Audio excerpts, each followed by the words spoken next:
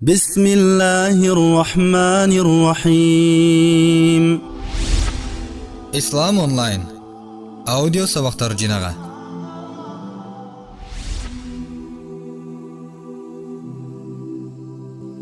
Уктарда жана ойгонгондо айтылуучу дуа.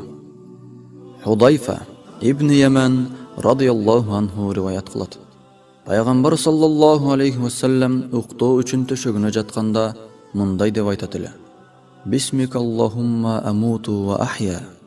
О Аллахым, сенин атың менен өлөмүн жана сенин атың менен жашаймын. Сахих Бухари. Ошондой эле пайгамбарыбыз саллаллаху алейхи ва саллям уйкудан ойгонгон кезде Алхамдулиллахиллази ахьяна ба'дама аматана ва илейхин нушур. Бизди өлтүрүп, кайра тирилткен Аллахка мактоо шүгүрлөр болсун. Жана кыяматта кайрадан тирилип, ага гана кайтабыз деп айтат эле. Сахих Бухари.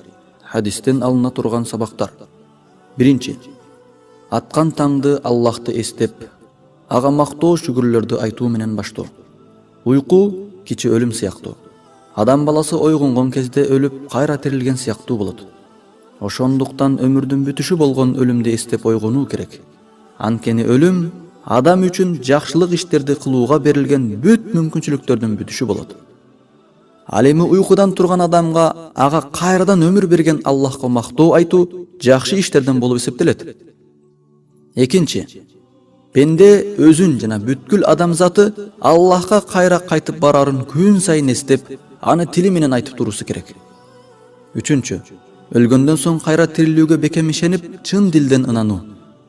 Төртүнчү, Аллах Таала адам баласына эс алуу үчүн жана жаңы күнгө даярдануусу үчүн уйкуну берген. Буга ушул хадис дагы бир ирет далил болот. Уйку денеге ырахатты берип, адамга жандуулукту жана зиректикти тартуулайт.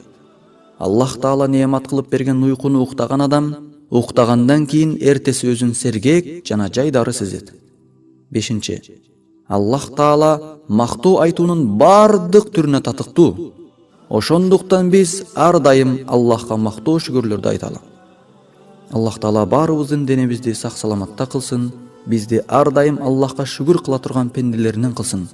О Аллахым, бизге пайгамбарыбыздын сүннөттөрүн үйрөт жана ал сүннөттөр менен жашоону насип кыл. Өзүңдүн диниңе бекем кыл. Кыяматта пайгамбарыбыздын шафаатына насип кыл. Aqulu qawli hadha wa astaghfirullah li wa lakum. Assalamu alaykum wa rahmatullahi wa barakatuh.